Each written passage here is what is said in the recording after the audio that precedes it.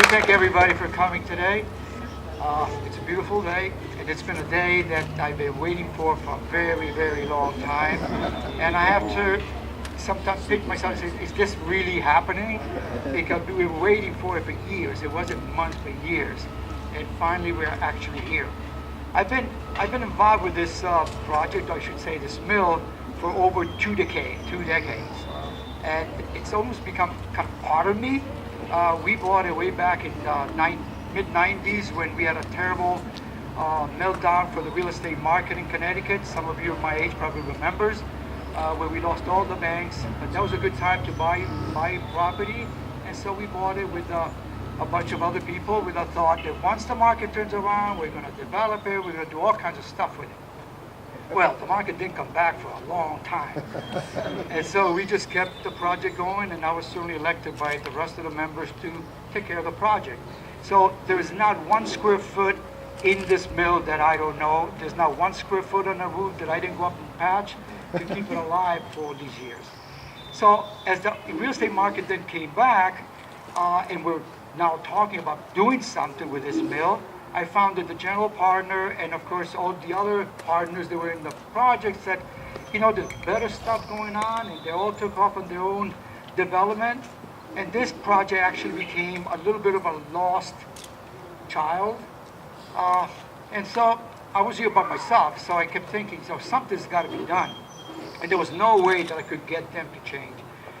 So there was one morning when I woke up, and I think some of you must have this feeling when you get up in the morning and the sunshine is there and it's beautiful, it's spring, the birds are singing, the flowers are blooming, it's wonderful. You get up and you say, I can conquer the world today. It really is. And so what do I do that day? I called the partner and said, I'm going to buy you out. I'm going to buy the mill, and I'm going to do it myself. And so for about a month, I was super happy.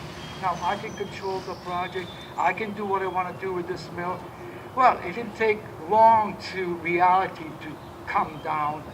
And all at once I said, oh my dear God, what have I done? And I think I'm smart enough to know what I don't know. And so I began to look at the things, what do I know that it could actually take this project forward? And there wasn't very much. And so the point at that time was, I need to find someone that I can bring on board that really knows the historical part of these mills, that knows the mills, and know how to develop.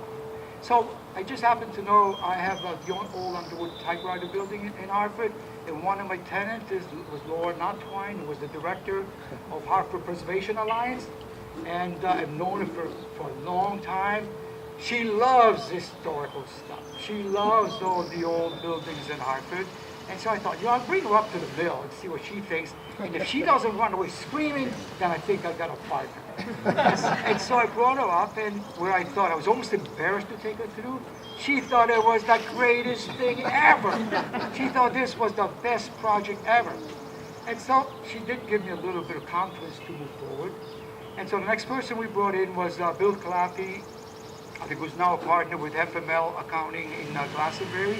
And he is the guru of accounting. Of course, you can do the budgets, forecast, and all those requirements that usually banks need. And also he was very, very versatile on tax credits, historical tax credits, Connecticut tax credits, etc. So he came on board, and he's been on since day one. And I'm talking 2010. It's now 2017. The next person I brought in was Bill Crosskey, the architect. And I think Bill is a genius. He's a man that can look at mills and look at total disaster and say, oh, this is going to look wonderful when I'm done with it. And he had the foresight and the capability of actually taking his thought and putting it on paper. And so after that, we brought in, of course, Peter Damali, that handled all the engineering surveys and working with the town, planning and zoning and all the requirements that are needed to just get to the point of saying we got a good project to move forward with. And lastly, of course, is the attorneys. We had Elizabeth Stroll and Alan Kerner, that even then they had to really work with the various agencies to pull all the legal part of all the various pieces that I needed to develop this type of project. But all I'm saying is that this is not my project. This is a project that really took a whole bunch of people, dedicated people that really like this type of thing, to pull it together. And it goes also people from the town, the mayor, Sean Gately, Mr. Champagne, and of course CHFA, we had Carol Gooden, Jackie from DOH, and of course Boston Capital, Sam and Anne Marie, that were here right from the very, very start. And it took us really almost 5 years to put the package together. And then, of course, we were lucky to find Cutter, Bob Dwyer.